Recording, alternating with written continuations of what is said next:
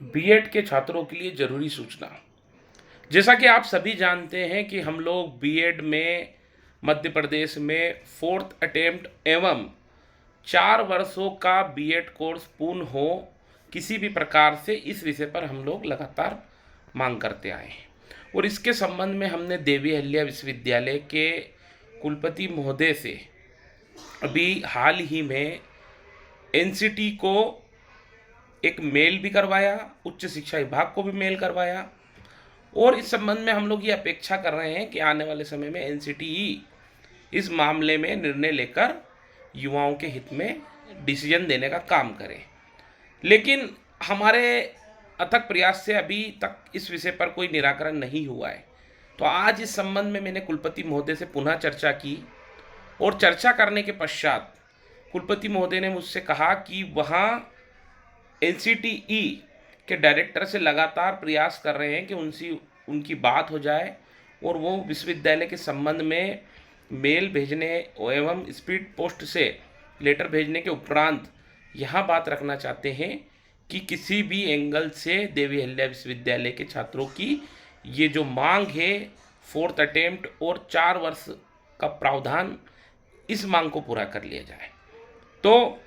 उनकी भी बात अभी तक नहीं हो पाई, तो उन्होंने मुझसे भी कहा कि यदि आपके पास कोई ऐसे कंसर्न पर्सन का नंबर हो जो हमारी सीधे बात हो सकती हो, तो उनसे हमारी बात कराने का कार्य करें। एवं उन्होंने मुझसे कहा कि यदि मैं दिल्ली जाकर उन युवाओं की बात एनसीटीई से रखता हूँ, तो वहाँ भी वो ये चाहते हैं कि अगर मैं दिल्ली पहुँचूँ तो दिल्ली पहुँचकर उन युवाओं की बात कुलपति महोदय के माध्यम से डायरेक्ट एनसीटी के डायरेक्टर से करा दूं। तो मैं प्रयास करने का काम करूंगा आने वाले समय में, लेकिन उसके पहले हम लोग एनसीटी के डायरेक्टर या कोई वहाँ का रीजनल डायरेक्टर हो, उसका नंबर निकाल कर कुलपति महोदय के समक्ष रखेंगे और बैठकर उनसे फ़ोन लगवाने का काम भी करेंगे। एवं कुलपति महोदय भी इस मामले में सकारात्मकता से, सादगी भरे रवैये से युवाओं की बात को मानने का और करवाने का काम खुद का दायित्व समझकर कर रहे हैं।